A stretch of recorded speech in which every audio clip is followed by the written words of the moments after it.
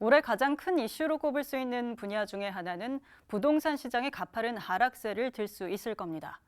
일부 민간 연구원에서 조사한 자료에 따르면 지난 외환위기 이후 24년 만에 가장 큰 하락폭으로 분석됐습니다.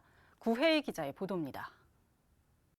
2021년까지 고공행진을 보인 부동산 시장. 그중 인천은 전국 최고의 상승세를 보였는데 하락폭 역시 전국 최고 수준입니다. KB부동산이 조사한 자료를 보면 1월부터 12월까지 전국 아파트 매매 가격은 3.43% 하락했습니다. 특히 수도권의 경우 지난해 집값이 제일 크게 올랐던 인천이 6.54% 하락했고 경기도가 5.47%, 서울이 3.19%로 그 뒤를 이었습니다. 이는 지난해 IMF 때인 1998년 이후 24년 만에 가장 큰 하락폭입니다.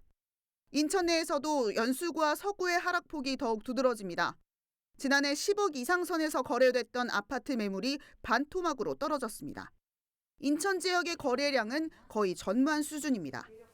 매도에는 이제 한 10을 기준으로 했을 때 9 정도 되는 것 같고, 그중에 이제 급매를 찾아서 매수하시려는 수준이 1 정도, 그러니까 9대 1 정도 되는 것 같아요. 가격은 계속 무너지는데 이제 거래는 실제로 이루어지지가 않아요. 그러면은 여기서 얼마나 더 떨어져야 되는지, 그런 것도 저도 의문이기도 하고.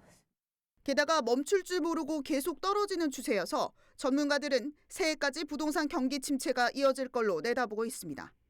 부동산 시장의 하락 원인은 고금리와 고물가 등의 경제 위기 여파가 주된 원인으로 꼽힙니다. 주택산업연구원은 2023년 전국 주택가격이 3.5% 떨어질 것으로 전망했고, 한국건설산업연구원은 2.5% 하락할 것으로 분석했습니다. KDI도 비슷한 맥락의 분석 자료를 내놨습니다. 급격한 금리 인상이 지속되면서 주택가격이 전국적으로 하락하였고요. 이와 같은 흐름은 내년 상반기까지도 지속될 것으로 예상이 됩니다.